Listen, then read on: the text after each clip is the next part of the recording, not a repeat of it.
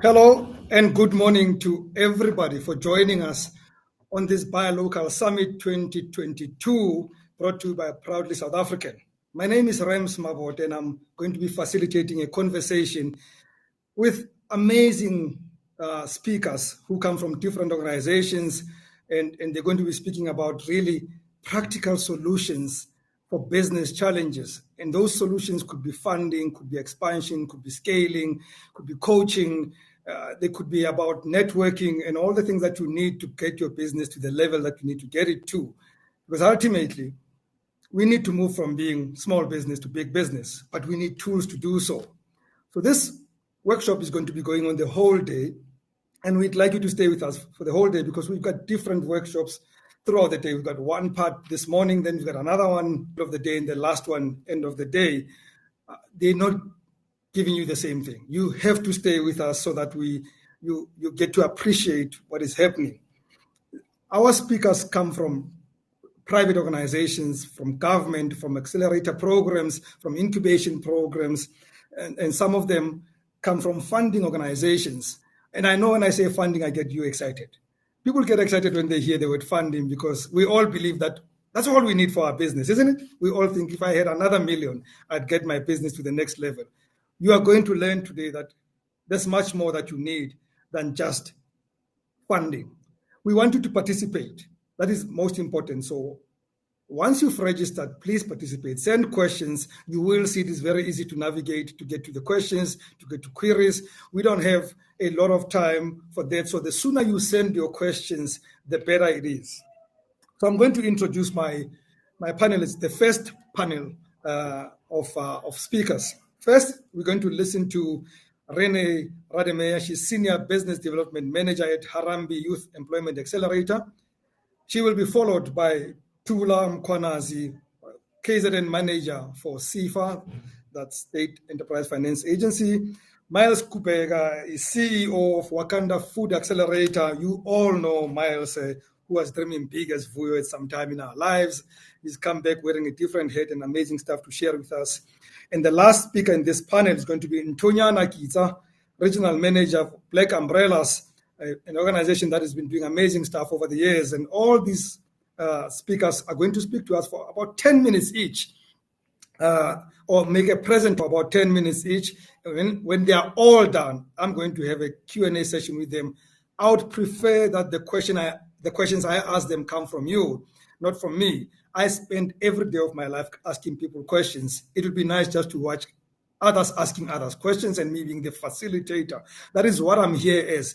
If you look at the program, it says Rams Mabote, facilitator. So I'd like you to ask the questions and I facilitate to get the answers from the speakers.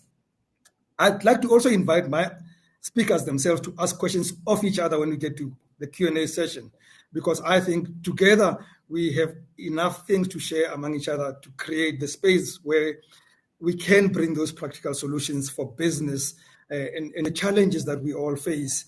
Everybody, including you, by the way, the speakers, has challenges. So the sooner we share in our conversations, the better. So let's get this ball rolling. I needed to ask, do I look good? I mean, people like us want to stand on stage. You should have seen my shoes. What a pity we're doing this thing online, but I'm sure this is the last time we do something like this online. I get my energy from you guys watching me on stage and doing funny things.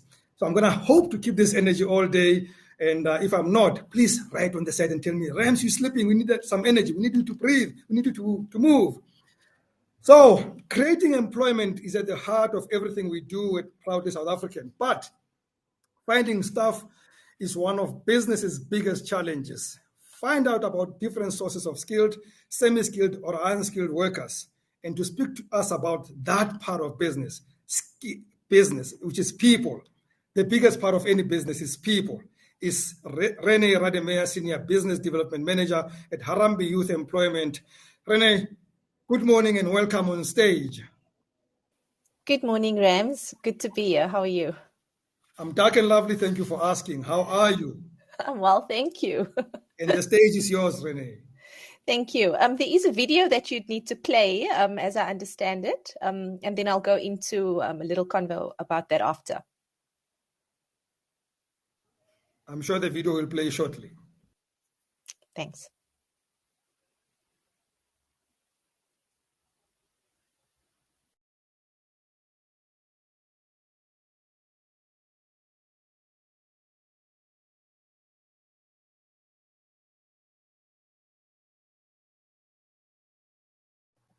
Just a sec, the video is coming now, Ramsey. Brilliant.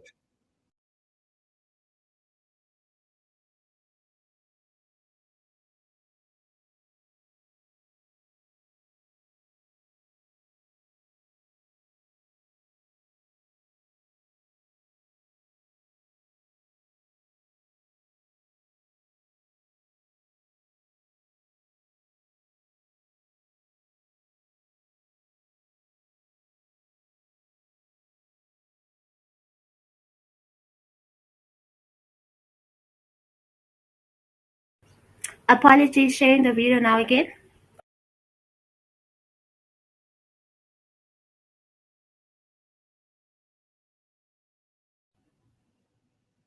Is the video playing? I'm hearing nothing and I'm not seeing much on my side.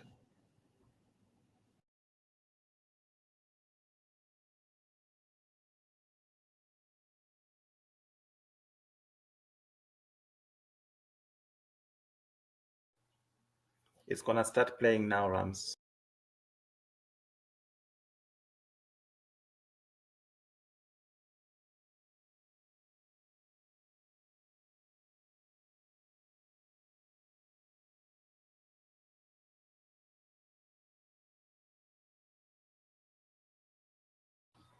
Hi, Rams.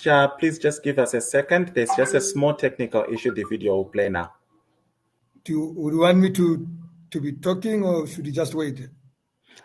Just a minute to play. It will start playing now. Yeah.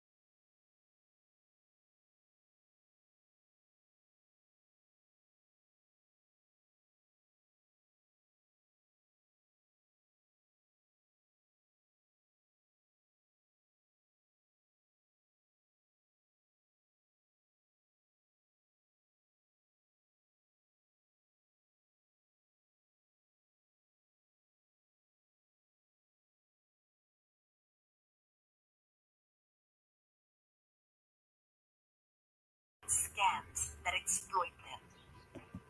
And if they are lucky enough to find something, it is usually short-term, offering little stability, often leaving them hustling for the next opportunity. Despite this, every day for the last decade at Harambee Youth Employment Accelerator, we've learned from young people with incredible resilience and resourcefulness. They are showing us exactly what needs to be fixed and how. 10 years and 1 million people later, we and our partners have learned so much. We've learned that there's no straight line from learning to lifelong learning anymore. Young people today are far more likely to zigzag in and out of a series of short-term jobs and hustles. That is the future of work. We've learned that it's possible to create new jobs for young people by focusing on the right sectors, even in a low-growth economy. We've learned that for employers, South Africa has the highest rate of youth unemployment in the world. Every year, over 1 million young people leave school and try to find work. Most of them face extraordinary barriers that all but guarantee they will struggle.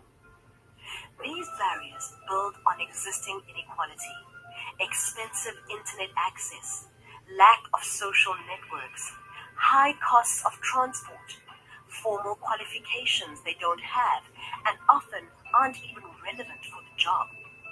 And hardest of all, outright scams that exploit them. And if they are lucky enough to find something, it is usually short-term, offering little stability, often leaving them hustling for the next opportunity. Despite this, Every day for the last decade at Harambee Youth Employment Accelerator, we've learned from young people with incredible resilience and resourcefulness. They are showing us exactly what needs to be fixed and how. 10 years and 1 million people later, we and our partners have learned so much. We've learned that there's no straight line from learning to lifelong learning anymore. Young people today are far more likely to zigzag in and out of a series of short-term jobs and hustles. That is the future of work. We've learned that it's possible to create new jobs for young people by focusing on the right sectors, even in a low-growth economy. We've learned that for employers, inclusive hiring actually improves performance and progression. But our biggest learning is that all of this is still not enough. In our second decade, we set our sights on a bigger goal, breaking the barriers themselves. How? By working with our partners in government and the private sector to build a better system. We call it pathway management. This happens through a network called SA Youth. Young people join for free, search opportunities nearby, and get personalized nudges for resources to help them right away. There's a toll-free line if they need to talk to a human, and the platform is zero-rated, meaning high data costs don't keep anyone out. Pathway management helps young people gain work experience and grow their income, which allows businesses to grow and societies to thrive. But it's not just about a platform. SA Youth is about getting government leaders, business executives, and civil society champions to work together to give young people one place to go for opportunities and support. It is a promise to keep young people inside of a network designed to work for them, even when they lose a job or fall out of training or further education. That's what we mean by designing the system around the young person. In the next 5 years, we will grow this platform to support 3 million young South Africans entering the workforce for the first time and deliver 1 million jobs and work experiences to them. In the following 5 years, we will triple this impact.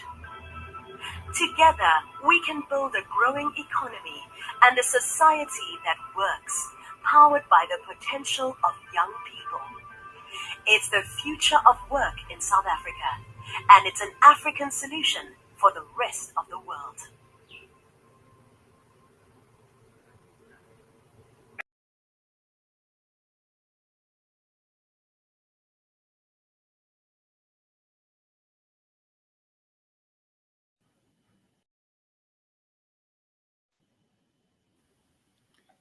Good morning, everyone. Rams, am I able to go? You are able to go. Thank you so much. Thanks. Good morning, everyone. My name is Rene Rademeyer from Harambee Youth Employment Accelerator, and so happy to be joining you all today. And I hope that you enjoyed the video about SA Youth. But let me tell you a little bit more and set some more context. So you heard that South Africa has the highest rate of unemployment. And of the 1 million young people that leave school entering the labor market, 2/3 are not in education, not in employment, and not in training. And we also heard about the barriers that young people face when looking for work. The barriers to finding work for women are higher because of the additional burdens that they carry, like household responsibilities. And so they have less time to look for work and at a higher cost. COVID-19 has accelerated the willingness across sectors to meaningfully address youth unemployment as a crisis. And we also know that there are prospects for new job creation that exists in growth sectors, such as the digital and tech space, agriculture, the automotive industry. And we can leverage off efforts by working with government, the private sector, and young people to change the system. Over the last 10 years, Harambee has learned that we need to find scalable solutions to help young people find jobs. And so for the next 10 years, we will be focusing on removing the systemic barriers for young people by creating more jobs that are accessible. And I think what's important to remember is that we have to keep the young person at the center of what we do. We need to commit to inclusive hiring, and we need to look for where the jobs are. And how do we do all this? We do this by building better systems, and we call this pathway management, as you would have heard in the video. And we do it through a platform called SA Youth. And this platform was officially launched on the 16th of June last year by Cyril Ramaphosa. And SA Youth essentially is a network of networks, and the objective is to assist young people by keeping them connected, keeping them motivated, as well as helping them to get access to, the learning opportunities and jobs that are available. The SA Youth platform essentially has 2 access points where young people and employers are able to join for free. Young people join the Mobi platform, which is a zero-rated, data-free platform where they can create a profile for themselves and will obviously have access to jobs as well as learning opportunities. And employers can join the self-service partner network platform and post their job ads. And what happens in the back end of the platform is that algorithms uses the data points from a young person's profile, matches them to jobs with the consideration for the requirements of the role. And so when a young person logs onto their profile, they'll have jobs on their homepage that has been recommended to them. Employers, in turn, will have access to work seekers that have applied for their jobs and will be able to shortlist the most suitable candidates for the role. SA Youth also has a network of 3.1 million work seekers, and this platform promotes inclusivity, visibility of jobs, and ensures fairness throughout the recruitment process. And then just lastly, the use of the platform is free, like I said, for both work seekers and employers, and we are able to share the links to SA Youth with you, and if need be, go through a more in-depth demonstration of what this platform actually looks like. So thank you very much. Thanks, Rams. Thank you, Rene. And I'm going to do this because you are ahead of your time. I can then squeeze in a question before we move on to the next session. Sure. Haven't we exhausted the work world? Shouldn't we be talking to young people about the gig economy? Shouldn't we be getting them gigs instead of jobs? Do jobs exist? Absolutely, you're 100% correct. So that in itself is like an evolving, space that we're in, this gig work that we're looking at. And there's such a lot of opportunities that exist in that space. And at the moment, as an organization, we too are learning so much about what that looks like for young people. Like, what is the earning potential for young people in a space like that? What does young people need to be successful in that particular space of work? So we are absolutely learning a lot about that.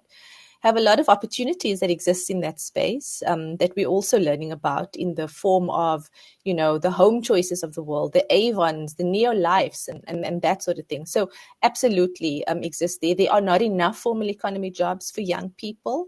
And so we need to be innovative about where we look for these opportunities for young people.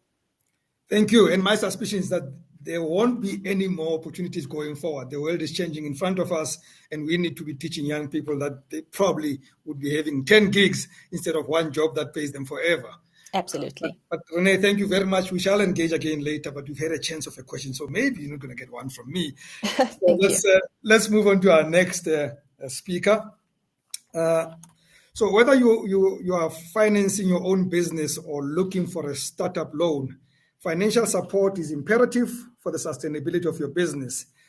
SEFA has a track record in working with entrepreneurs and can help you. To tell us more, KwaZulu-Natal manager of SEFA, Thula Mkhwanazi. Good morning. Ndonga.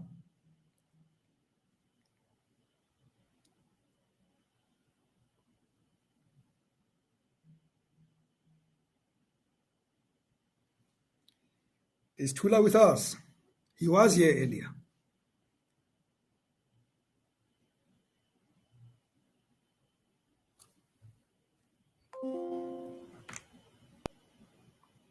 He's going now. Hey, Ndonga, good morning.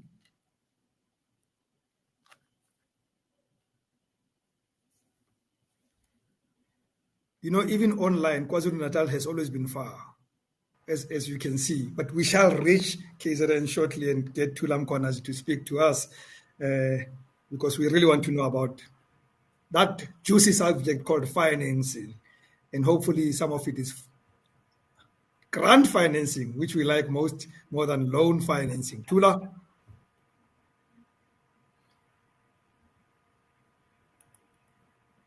Good morning, Rem. How are you, sir? Kona vet. The stage is all yours. As you saw, Rene is got a strategy. She finished early so that she could get more questions than everyone else. So if now is Ganjalo, then we'll engage more. But you've got 10 minutes. It's all yours. Thank you. All right, just trying to share my presentation.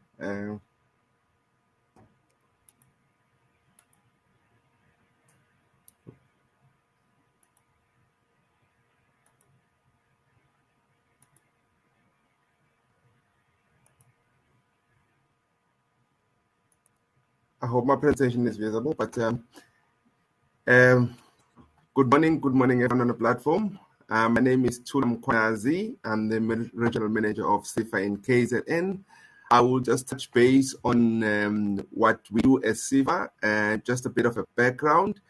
SEFA is an agency of Department of Small Business. The Department of Small Business has two agencies, being SEDA and SEFA, where SEDA is with non-financial support and SEFA is we do finance through various streams under direct lending, where you can approach SEFA directly, or under wholesale, where we finance through strategic partners. We also provide assistance through post-investment support, be it mentorship and so forth. Basically, our funding, we are targeting our priority groups would be Black-owned businesses, women-owned businesses, entrepreneurs with disabilities, entrepreneurs operating in rural areas, with our primary sectors being agriculture, manufacturing, construction, green economies. But in the main, our criteria, it's that the entrepreneur must be South African, and they must have a contractual capacity, and tax compliance is a method. Well, it's something that we look for in all our investments. If the business is non-tax compliant, then we are unable to assist it. We fund, as Rem has indicated, we use different instruments to finance. We would fund, we would do, I said, finance, we'll fund assets over 60 months if required. Our funding is normally structured in line with the cash flows of the business. So we would finance, we'll do asset finance. We would also assist with the bridge finance. Bridging finance is where the engineer is requiring finance for projects, and they require some startup capital. For instance, you've been awarded a contract to build a school, you require seed capital. You can come to SEFA for assistance with that. That is a pure loan, though. I'll get to the juicy part, which is more of a finance. We also do facilities. These revolving facilities are only available to existing SEFA clients. Documentation, I think it's best to visit our website. What is outlined here on our website, it's easy to access and extract information from there. You normally need to apply on the type of finance you're looking for, a franchise or a business you're looking at. Then you submit a business plan with the cash flows. The franchise would do some homework around the area that you're looking to operate in. And for bridging loan, we require in main, because this is mainly for project-based fund or project-based finance. So the project plan, the BOQs, the project cash flows, and so forth. That's what we require in the project finance. What we don't finance as SEFA, we don't finance businesses that are operating in we call it sin industries, be it weapons, be it liquor. Businesses are harmful to what's called human life and tobacco and so forth. We don't finance NGOs. Our funding pricing model is structured around everything. It's prime based, and then we take into account the specific programs which I'm going to speak to later on, and then also we take into account the development of the particular investment.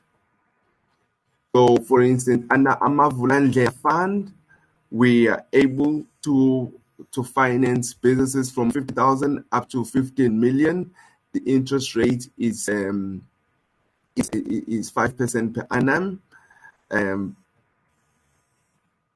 we're able to assist businesses with pre and post investment support.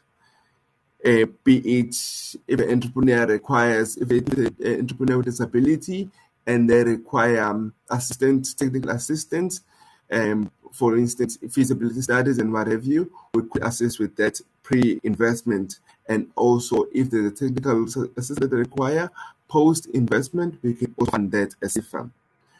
We also finance under as a country, we have also realized that there is a need to strongly support and actively support locally manufactured products. Hence our focus also on manufacturing. Any business that approaches SEFA and it is in the manufacturing space, there is a component of the loan of the funding requirement that is converted to a grant. So a grant can be between 20 and 30%. So if you're requiring $1 million, for instance, 2% or 30% can be converted to a grant, meaning 200,000 or 300,000 could be a grant. There we are supporting businesses for specifically around the equipment. We don't finance properties in the main, but we would support the businesses for equipment and working capital. And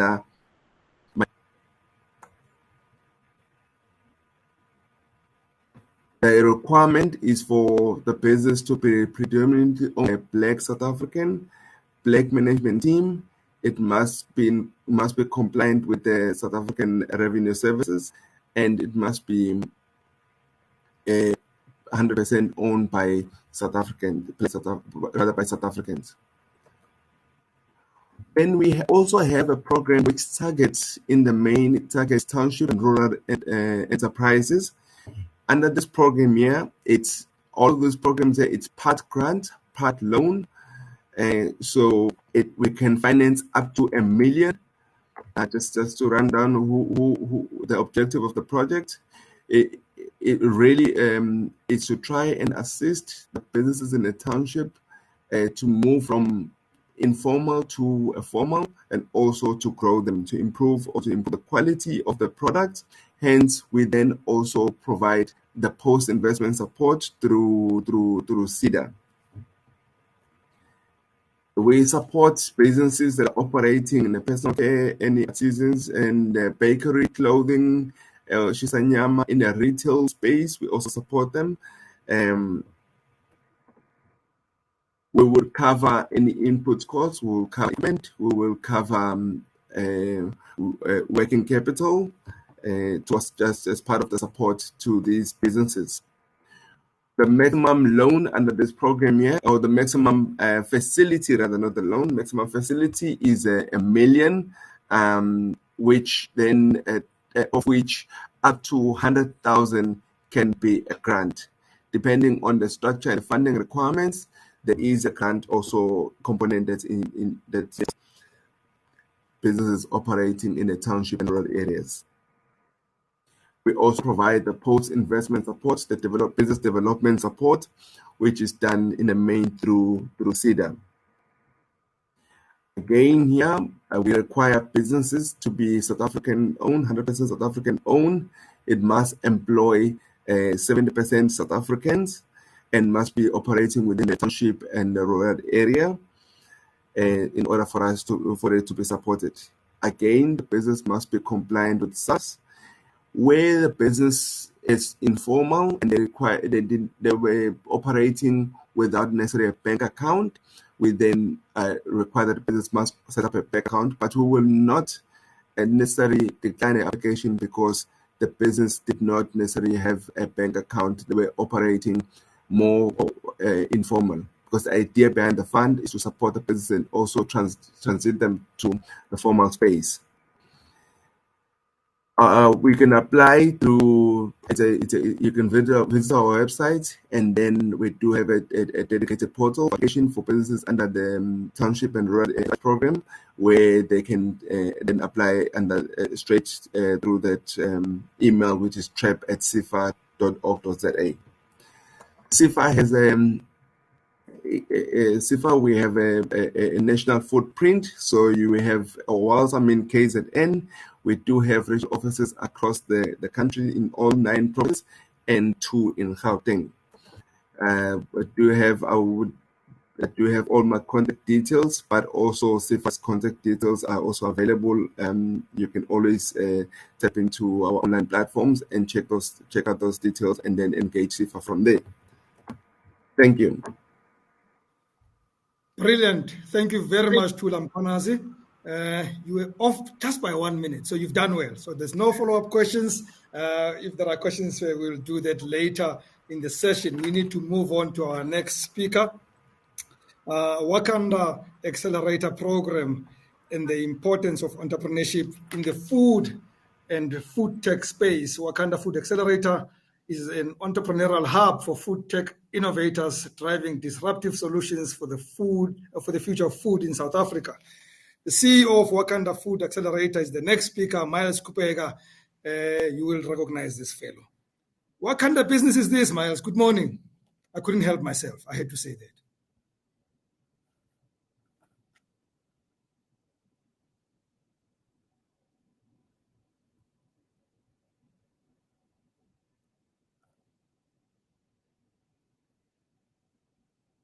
Do we have Miles?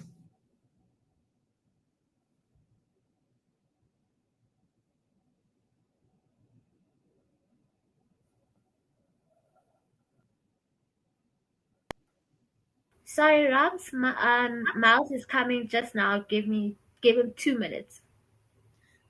Excellent.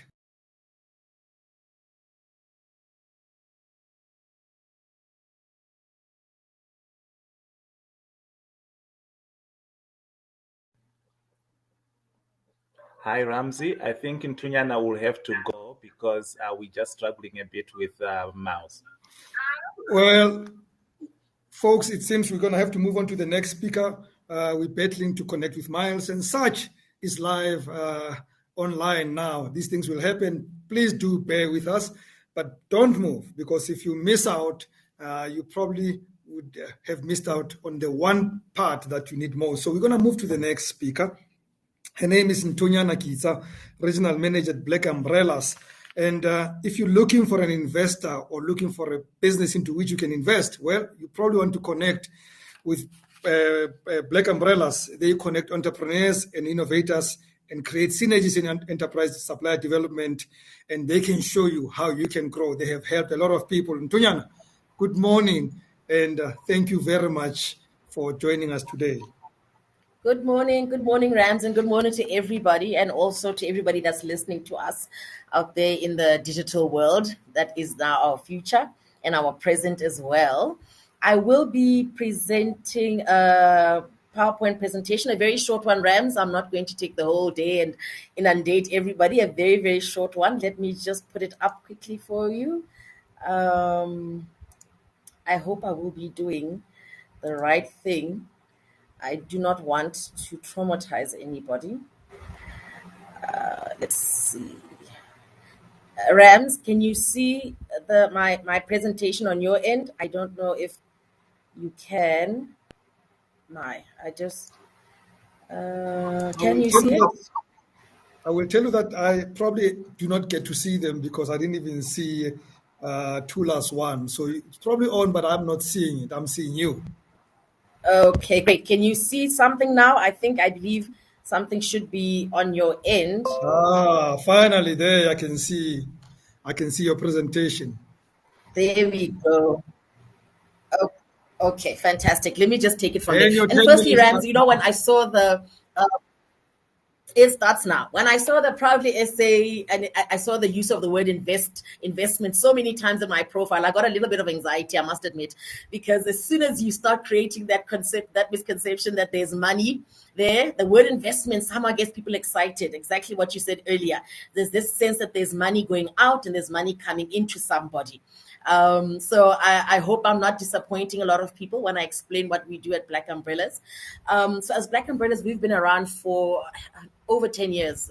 Over 10 years in the business. We were one of the first incubation programs in South Africa that looked at how we could develop small and medium enterprises, specifically Black-owned small and medium enterprises, because there was a need and an area of support that was recognized because they could not get into a lot of the mainstream procurement opportunities that were out there.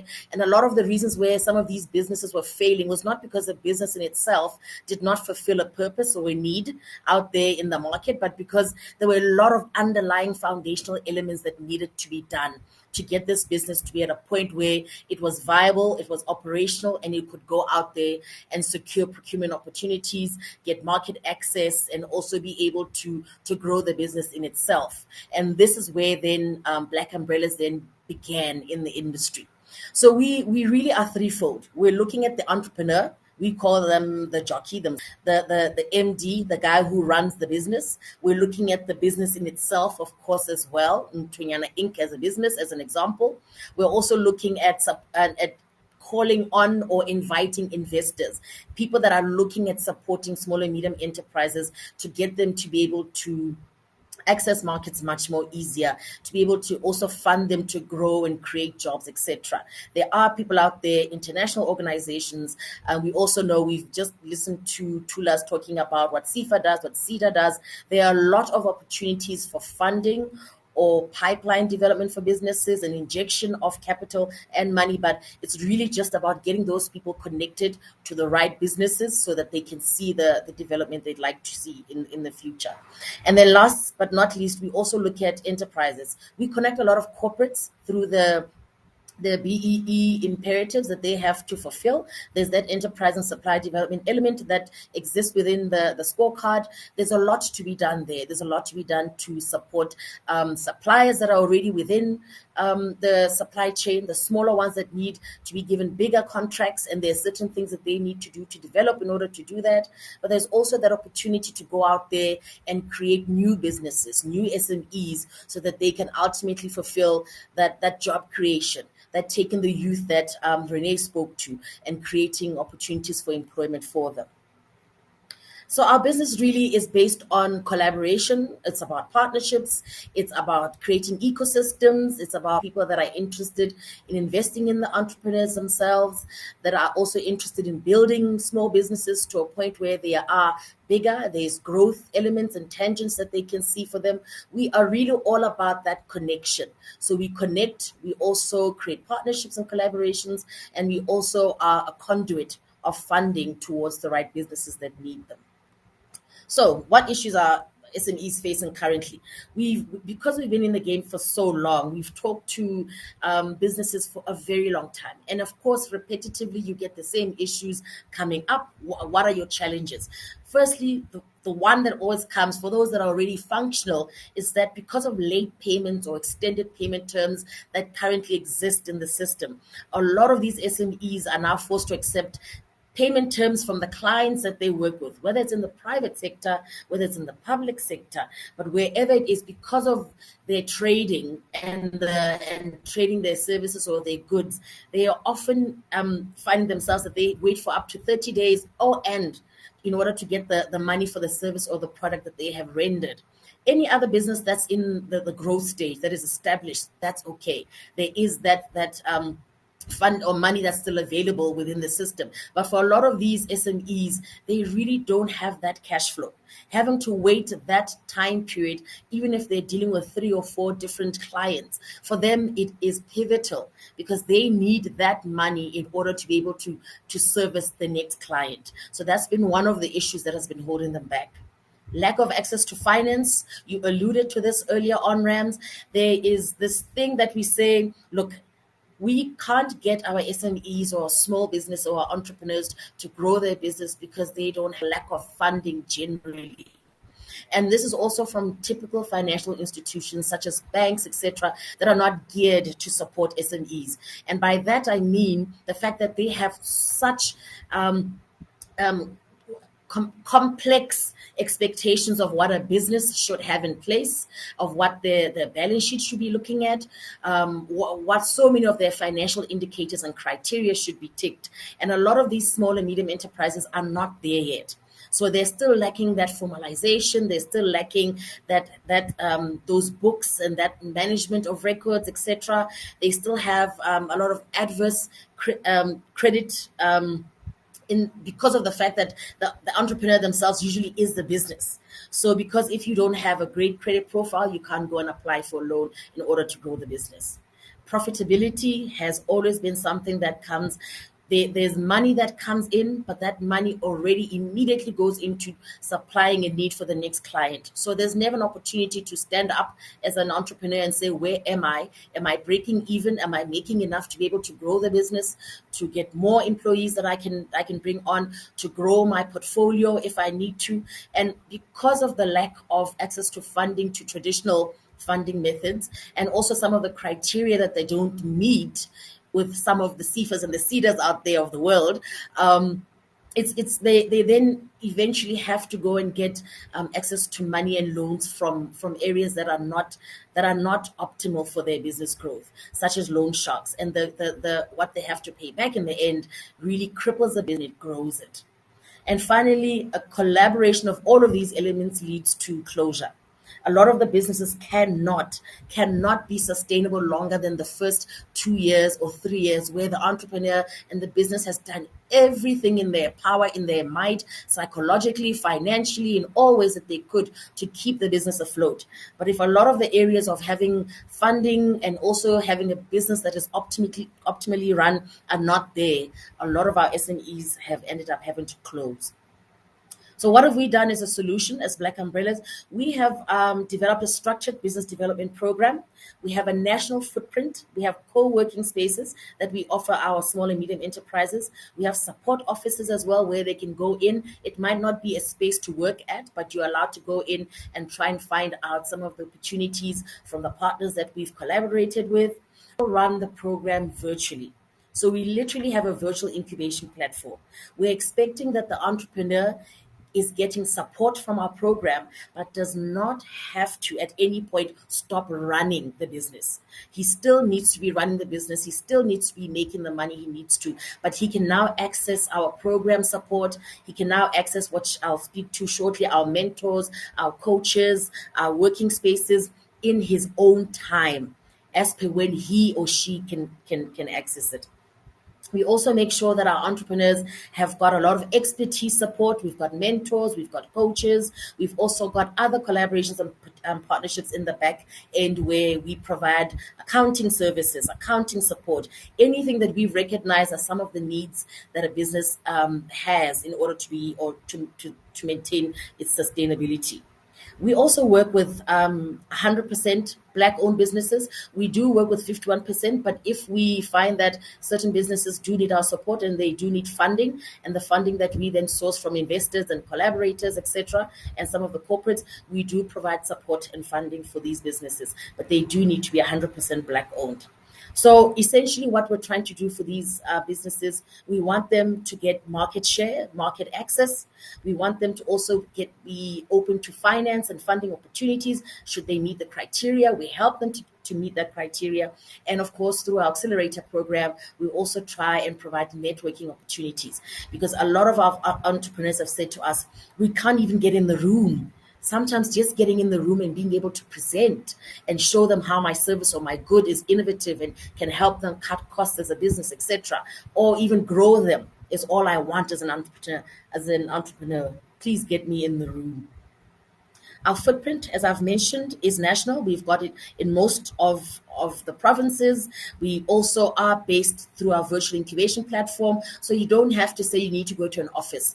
When you get time at 10 o'clock to go through some of those developmental modules that I'm about to talk to as an entrepreneur, and you can use them to troubleshoot what is happening currently in your business, that is what we want you to do. We don't want you to stop functioning as a business. Briefly, just go through the program. It is quite complex, but there's a very... You're already out of your time, so make it... Okay, thank you, Rams. There's a comprehensive application process. We've got a 3-month foundation program and a readiness program, which then leads you to our accelerator program. Throughout all of these elements, there's access to coaching, there's access to building your business plan, pitching, you have access to accounting services, you have access to all of our co-spacing incubators where you can sit and get professionalized office space if you need to. The intention is that we always want to see the single view of the entrepreneur. What are we doing for the entrepreneur as a whole, as a business, also as the person running it himself? What are we providing? Because ultimately, Black Umbrellas for us, we're about development. We're about creating those procurement opportunities. We're about creating access to funding. And then ultimately, we want to see our small and medium enterprise scaling up, growing. And that is me, Rams. Let me just come back to you. I have tried my best. You've done very well, Nthonyana, and I know that I understood what you were saying. So I'm not going to ask you the one tough question I have for you. I'll pack it for later. But I want to say to you and all the presenters, and by the way, this is a plug for Rene. If you look at the right side of your screen, you'll see a button written discuss or Q&A. Press there. There are questions that may be directed at you. If you can answer them now, it helps, but some of them will put them on the public platform when we get there. But thank you very much, Nthonyana. Thank you, Rams. Thank you so much. Wonderful, wonderful. That's Black Umbrellas Regional Manager, Nthonyana Kitsa. So I hope that line I practiced much, much earlier will still be applicable when I introduce the next and final guest for this session, Miles Kubheka, CEO of Wakanda Food Accelerator. And they really focus on, it's an entrepreneurial hub for food tech innovators driving disruptive solutions for the future of food in South Africa. So once again, Miles, what kind of business are we talking about here? Hi, Rams. I hope you can see me. Hope you're all well. I'm about to share my screen and tell you what we do. Excellent. I can see you. And I can see you, and the platform is all yours, uninterrupted by Rams. Thank you. Let me push.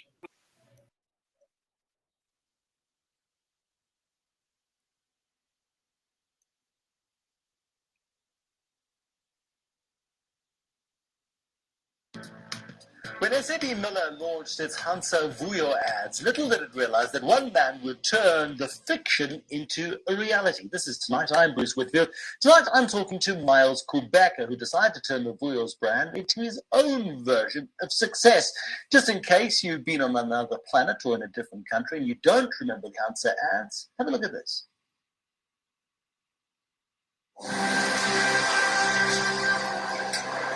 Ooh, Vuyo is such a big dreamer. Started off with one and now Afrikaanski businessman has become an overnight sensation. He's on TV all. So, hello everybody. I hope you're well. In the interest of time, I won't play the whole advert, but I'm sure some of you remember this advert about Vuyo, the big dreamer.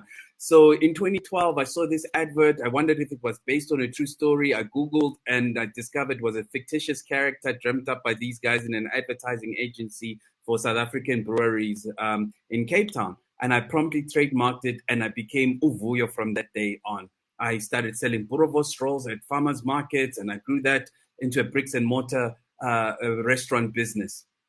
And I had such amazing journey doing that. I grew a business from a TV advert. And people tell me, dude, we saw the same advert and we wanted to do something similar to what you did. Why did you do it? And the only logical answer I've come up with to date is that as long as I can remember, my mother has always said to me, don't be an also ran in life. If 5,000 people set out to run a marathon, 4,999 of them serve to legitimize the winner. They are there so that there's a number one. So my mom said, go out and stand for something, go change the world. And I remember thinking to myself, lay off me, women, I'm only 3 years old. But I guess it is that sense of purpose that got me to do what others didn't do based on the same information. And another question I get asked a lot is, are entrepreneurs born or made? And my 2 cents on that is that I think it's both. But like an athlete, you can be born with a natural talent. You can be an amazing sprinter. But if you don't have a great coaching or a great environment around you that recognizes that nurturing is important, you will never live up to your full potential. Which is what happened to me after I started my business and I grew it, was that in 2016, I exited. I think I'd taken the business as far as I could. I had investors and I thought, look, I'm good at starting things. I've done my part. Good luck. And I exited. But now I was semi-retired all this time, and all these learnings and experiences I had from my previous food journey with Vuyo's, what was I to do now? So I knew that those lessons needed to be shared. I couldn't just essentially move away with all that insight and knowledge. So I said to myself, if I was to start again, what do I wish I had when I started my business? And because I'm a true entrepreneur, I figured if I could trademark Vuyo's and build a business which ended up having 100 million rands market cap just on the brand alone, why can't I do it again? And this time I thought, if we could do it national, we're going global this time. So I promptly appropriated the Wakanda brand from the movie Black Panther. So now I own that brand. And I built a food accelerator, which essentially takes all the lessons I'd learned in my starting the business. Because what I found in this ecosystem, everybody who's helping other entrepreneurs are often not entrepreneurs themselves. So you've got like the blind leading the ones who can maybe with one eye. It's like it's the most illogical environment. You've got all these ecosystem members, but none of them have actually felt the pain of starting something from nothing, and therefore I find they find it very hard to relate to entrepreneurs. In fact, I find it that entrepreneurs find it hard to relate to them because they don't have the same lived experience. So what we do at Wakanda is we focus only in food. That's another important thing. There's a lot of people who do a lot of things in the ecosystem. I do what I know, food, right? And I know food from get-go, from the farmer's market all the way to manufacturing, agro-processing, all of that, but it's only in food. So we look for food businesses in that space. So this is what we do at Wakanda.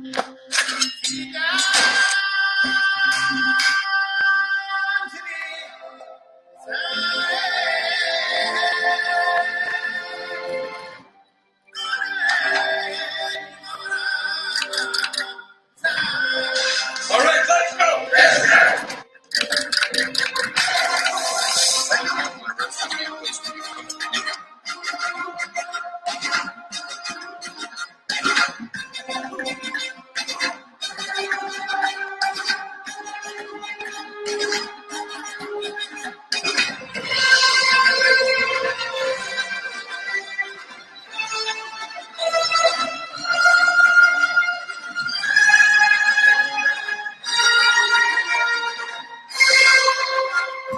So essentially, we do all the cool stuff, the basic, all the business development stuff, the accounting, finance, marketing, HR, all of that stuff. Because if you're going to be a solid business, you have to have those in place. But because we are food focused, we have a shared kitchen. We're looking into manufacturing. We're looking to all the things that people in the food space need. And so some of our examples of our alumni entrepreneurs, this is your Coco. She makes a plant-based ice cream. I guess you can't call it ice cream because it's plant-based, so it's vegan.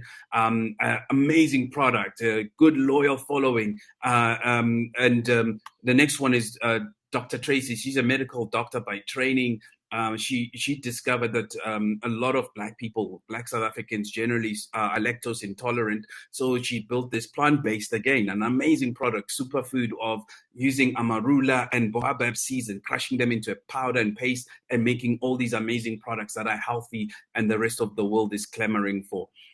This is actually a video of her filming herself for the first time when she went to see her product on shelf at Pick n Pay. So one of the big part of my role is market access. I should do it. Dinga. Why is my heart beating faster?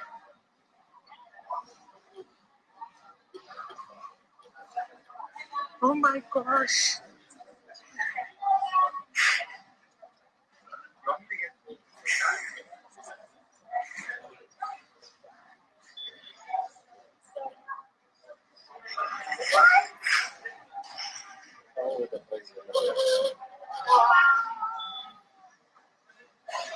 How cool is that? Being a localization summit, when you see South African products, our patois, our heritage being represented on shelves, it's like, you know, I think it's maybe 20 years too late, but at least we are making headway in some shape or form. So she's now in 70 stores. Please go support, buy local, buy the products, because it's one thing to have them on the shelf. It's another thing for us to support and actually buy the product. Another one of our alumni, Setsong Tea, amazing plant-based tea. During COVID, they did wonders because all these learnings from our indigenous history are coming to the fore now. And the rest of the world, I can't stress enough, wants this stuff.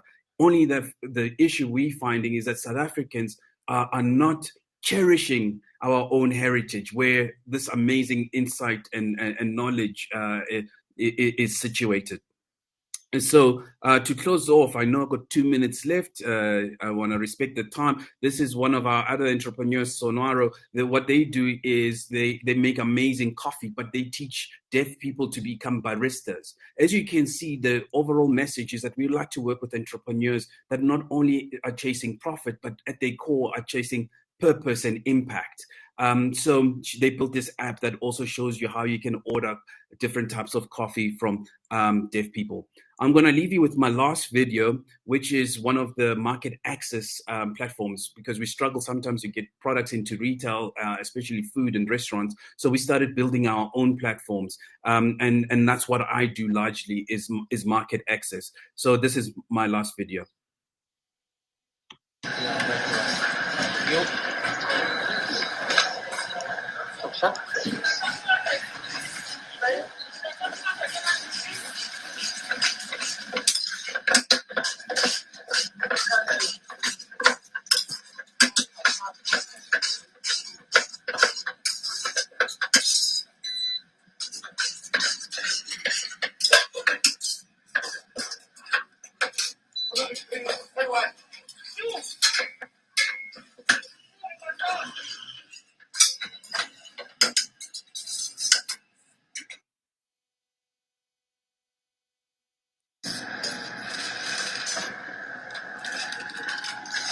So that's a dark kitchen. Basically, it's a restaurant without sit down. You order on Uber Eats. All those entrepreneurs you saw there are essentially running their own businesses out of one shipping container. So that's the stuff we do. So thank you very much with that. Thank you very much, Miles. I think that you may want to extend your business to also video creation, because you have a lot of videos. Maybe there's an opportunity there to expand your business. But thank you for the presentation. Wonderful. And I love how you expropriate names, own them, and grow them. It's a beautiful way of doing things. So, folks, I'm going to get to the Q&A session. Thank you very much to all our presenters. And I have a lot of questions from people who've joined us online. But I also need to acknowledge two people, Liesel Smedon and there was another name. I shouldn't lose that name because I think it helps me when I get this feedback. But Liesel and Lufuno Rasweswe saying that positive energy, and they say I look good. I always knew that I had face for radio. I didn't realize I also had face for this space. But thank you very much, folks. Energy is very important, especially when we are online. It's so difficult sitting at home, speaking to four people that are sitting wherever they're sitting, and we're trying to make you watch us and enjoy what we're doing, but also take notes out of it. So I'm going to start my question. I'm going to start my first question with you, Nthonyana.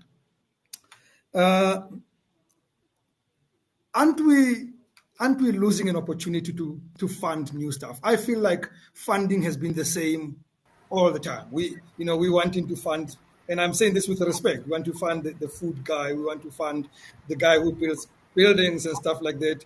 And I have a feeling that there is new businesses out there in the 4IR space, in the tech space, that are being ignored. And maybe it's because, as I almost said, as Vuyo, as Miles said, it's probably because we have blind people leading one-eyed people who don't understand the world. So if I came to you with a platform, with a broadcast platform, and I say to you, we can build something here, it probably won't make sense because you're sitting there with me and saying, what is this guy talking about?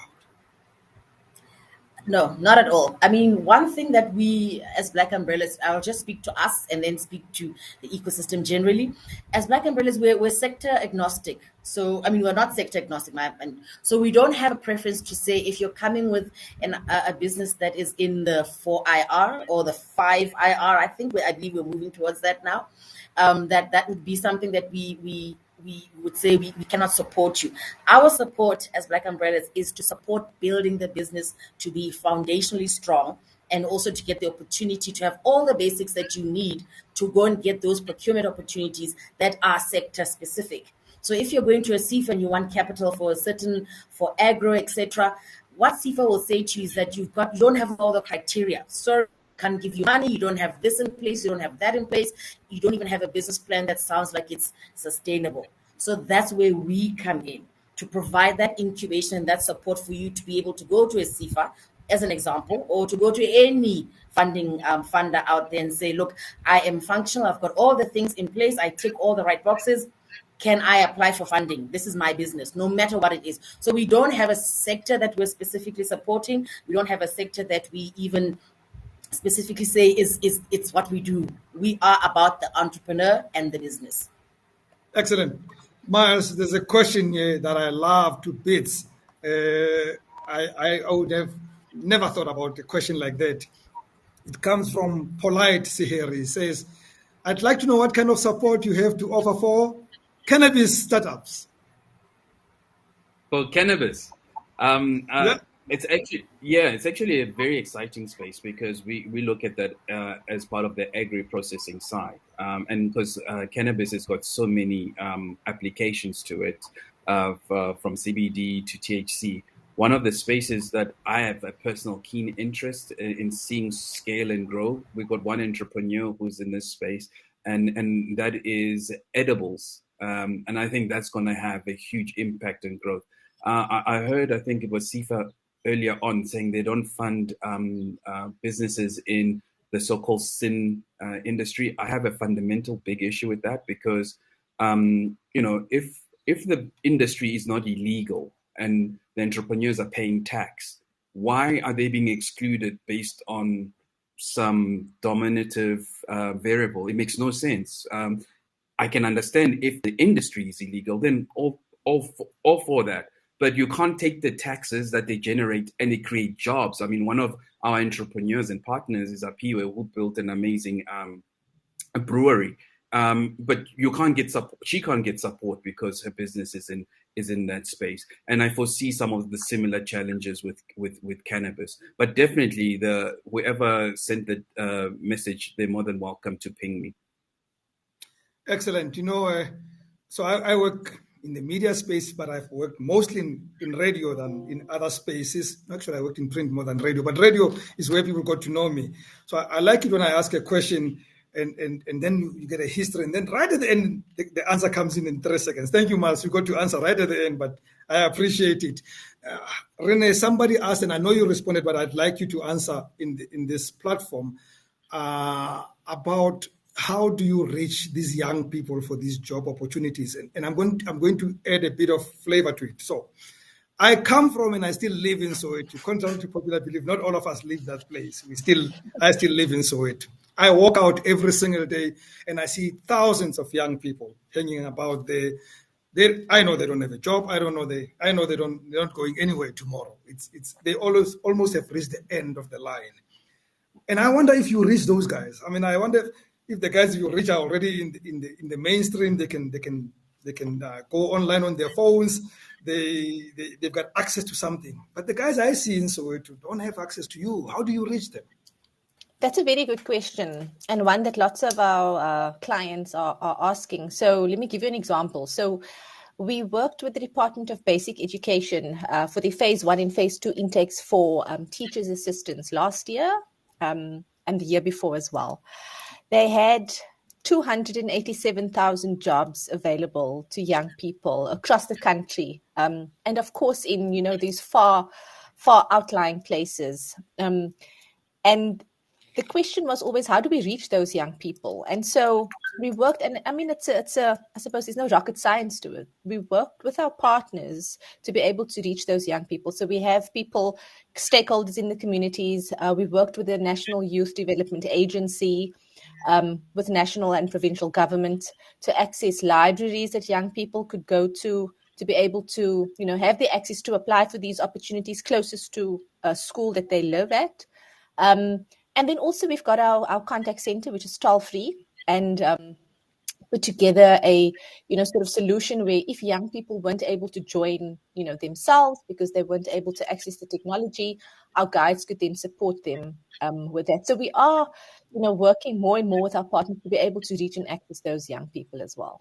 And if I walked into that contact center and I spoke to you in Sowetan, I don't want to say Tsotsitaal, would I be spoken to, or should I again be speaking English? No, yeah, you can speak in the language of your choice. Excellent, good. We speak Sowetan in Soweto. So I've got a question for Thula. Then the next question I'm going to put on the table and anybody can answer it. Thula, here's my question. And I know Nthonyana touched on it a bit. Haven't we reached a stage where we have to acknowledge that part of the problem we're facing with people is not because they can't create something great, they can't do something good, they don't have a product or a service to offer, and maybe they even have enough to get funding for it. But what they lack is confidence in themselves. And haven't we reached a stage just to provide support for humans to become better? Let's face it, guys. Let's not lie to ourselves. We come from a state where black people were never created to become confident. Now, I may be this great carpenter, but once I sit across the table with somebody else and I need to sell my business, or I need to get funding from SEFA, or I need to expand my business, that's where I fail because the confidence levels are low. I just want to think, is there an opportunity to fund coaching people without even touching their business? Don't even worry about helping me grow my business, but help me to grow me, the human being, the entrepreneur, the jockey that Nthonyana speaks about. But I want Thula to answer it. I know Nthonyana wants to answer it, but I want to know if could my tax fund to train, to build stronger entrepreneurs, the person inside the entrepreneur? Rams, it's a very, very interesting question. Thanks for that. I think our approach. I first have to look at us as an agency of the Department of Small Business. Where SEDA, for instance, we talk of finance as SEFA, and then SEDA as to provide non-financial support. That's where this comes in, where there is regular training through SEDA, and also even just idea generation and how do you work through concepts, how do you get through the phases when you have an idea, how do you take that idea to commercialization and so forth, and how do you unpack it to a point that it now becomes a business? I think you are right though, Rem, because we find that we ran a program which was pitch for funding, and we saw a very, very distinct difference. And I think my colleague from Black Umbrella is probably going to touch on it as well, where they coach people now. If you are pitching for finance, and if you are just pitching an idea, you will find in different areas that we went to throughout the province, there was a vast difference from somebody in a deep rural areas, and somebody in the townships, and somebody in the CBD sort of areas, metropole type of areas. And that's when we saw the need again for SEDA to play a greater role in developing those businesses, those people, through just the skills to run a business, and just if you want to get into business, just the basic skills, as you say, as you call it, develop the jockey. How do we get the jockey right? Because ultimately, if you pick the right jockey, you're bound to win. So that's what the non-financial support aspect of of the model within the Department of Small Business aims to achieve. Have we achieved it? We're still far from it. I'll be honest, but we have instruments like CEDA who are there to support those businesses and get them to the point of perhaps getting to the confidence and actually getting from just the discussions, getting the right ideas through the system, and ultimately getting them through to even operate successful international businesses. We try and say to entrepreneurs, it's not about money. Sometimes people, the focus is only sometimes just on money, and move away, forget the money. Now look at what you are talking about right here. How does this work? The business model itself. And Thula, how itself. I am answered. I'm answered. I need to move on. I've actually run out of time.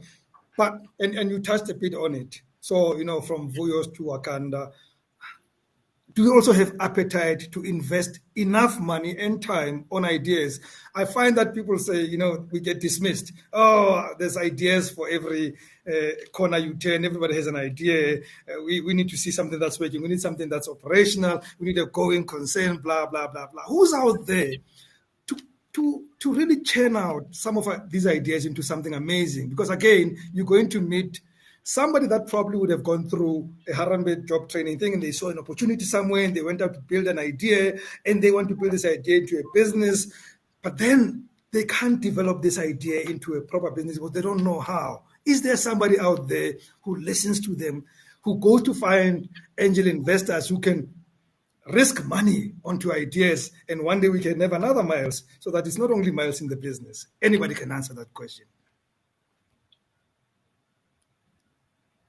Okay, I'll take a stab at it, Rams. I think you've touched on the most important part. South Africa doesn't have an angel investment ecosystem, and there's a real logical reason for that. In order to have angel investors, you need to have enough companies that have started up, small businesses that have started up and grew to scale and then exited, whether they had investors, kind of like what happened to Vuyos, or sold the business, whatever. But then those people do kind of like what I've done. You then take the resources you now have, mostly, which is your networks and your some capital, but most importantly, the time to reinvest. Because I can see an entrepreneur a mile away, right? And that's because I was surrounded by other entrepreneurs. We are literally an ecosystem in ourselves. So until you have a lot of people who come out of that point and have raised and sold businesses and gotten real money, because the financial services sector is not geared. I think that's another point you raised. They are geared to say no to a large extent, because I mean they are either using states' money or private individuals' money. Obviously, there's a lot of risk mitigation. But when you're an angel investor and you've done it, because you've done it, you are willing to put in some of your cash in some opportunities that you see, and you're willing to take that risk. So I think it's a double-edged kind of sword. I would have loved for everybody to answer it, but we have run out of time. I need to take a break and give everybody a body break before we move to the next session, where we're looking at registration and compliance. Those two headaches for entrepreneurs who then end up not getting what they need because somebody says, are you CSD compliant? And they don't even know what CSD is. I was one of those, and CSD can be a nightmare. So that's the next session when we come back in about 15 minutes. But to Thula Mkhwanazi, Miles Kubheka, Nthonyana, Kitsa, and Rene, Rademeyer, thank you for kickstarting this workshop in such energy, amazing presentations. We truly are grateful to you. Thank you. We shall find you. All your details are there. We're going to find you, and we're going to work with you. You're going to find all of us. Cheers, guys. Cheers. Thank you very much. So, folks, when we come back in about 15 minutes, we will be talking registration and compliance, and we've got two speakers who are going to lead us in those conversations. They're very important. If you think that money and ideas are all that you need, you are wrong. People are not going to trust you with their money.